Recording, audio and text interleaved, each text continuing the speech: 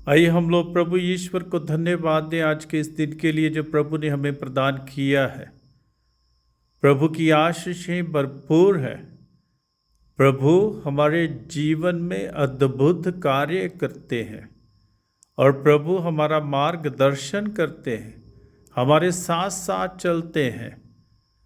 प्रभु कभी भी हमारा साथ नहीं छोड़ते हैं, जैसे कि प्रभु स्वयं वचन में कहते हैं कि मैं तुम्हारे साथ हूँ और दुनिया के अंत तक मैं तुम्हारे साथ हूँ। आज के मिसा बलिदान में जो पाठ हमने मत्ती के सुसमाचार से पढ़ा, उसमें हम देखते हैं कि प्रभु कहते हैं कि मैं हूँ, डरिए नहीं, मैं हूँ।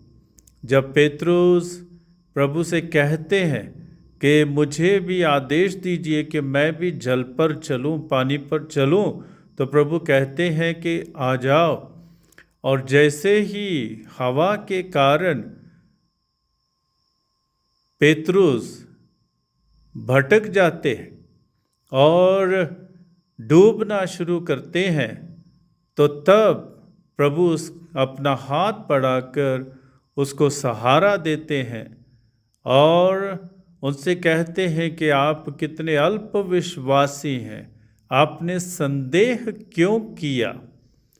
जब जब हमारे जीवन में चिंताएं आती हैं, परेशानियां आती हैं, मुश्किलें आती हैं, हम अपने जीवन में टूटापन महसूस करते हैं, हम अपने जीवन में भटक जाते हैं, हम प्रभु की राहों को पहचानने में असमर्थ रहते हैं, हम प्रभु की कृपा का अपने जीवन में अनुभव नहीं कर पाते हैं, तो जैसे इब्रानियों के नाम पत्र में लिखा है कि प्रभु यीशु पर अपनी दृष्टि लगाएं, तो हम वैसे ही प्रभु यीशु पर अपनी दृष्टि लगाएं, जो हमें बार बार कहते हैं कि डरो नहीं, मैं दुनिया के अंत तक तुम्हारे साथ हूँ, संसार के अंत तक तुम्हारे साथ हूँ। हम प्रभु के इन शब्दों पर विश्वास करें और अपनी हर परेशानी को, मुश्किल को, अपने हर निवेदन को प्रभु के चरणों में समर्पित करें।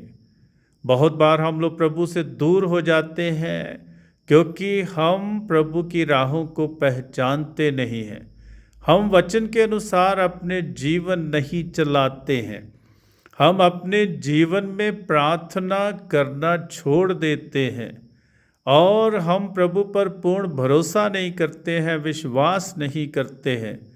प्रभु तो हमें बार बार कहते हैं, थके मांदे बोझ से दबे हुए लोगों, मेरे पास आओ, मैं तुम्हें विश्राम दूंगा। और प्रभु हमें कहते हैं, अल्प विश्वासी, संदेह क्यों किया, जो भी तुम मेरे नाम पर मांगोगे तुम्हें दिया जाएगा।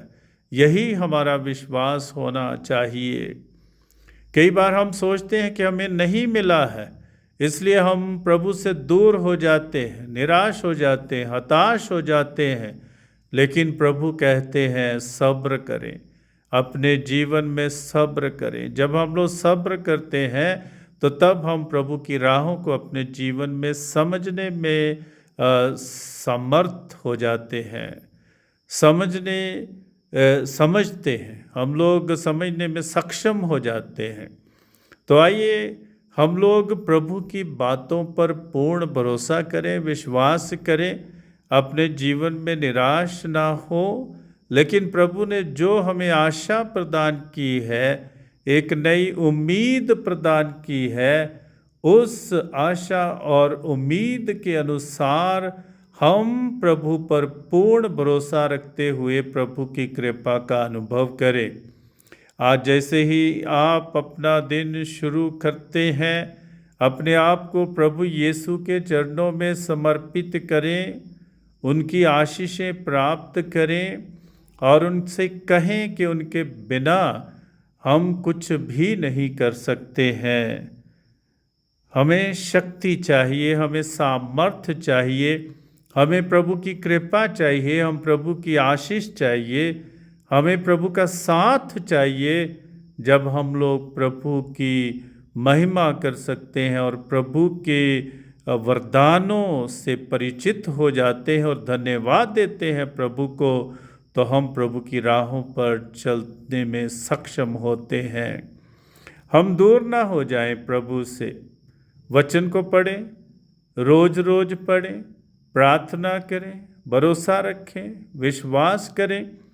चिंताएं तो बहुत हैं, परेशानियां भी बहुत हैं, समस्याएं भी बहुत हैं, इस जीवन में संघर्ष भी बहुत है और कई प्रकार की कठिनाइयों का सामना करना पड़ता है, संकटों से गुजरना पड़ता है, कई बार दुर्घटनाओं से गुजरना पड़ता है, कई बार हमें जो हमारे जीवन में नहीं होना चाहिए वो बातें होती हैं, उनसे गुजरना पड़ता है। लेकिन सब कुछ को प्रभु के चरणों में समर्पित करते हुए हम प्रभु की कृपा का अनुभव करें।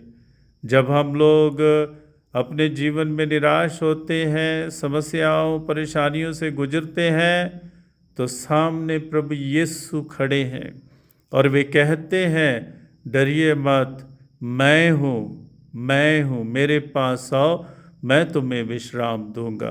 प्रभु आपको आशीष प्रदान करे और आपका दिन मंगलमय हो।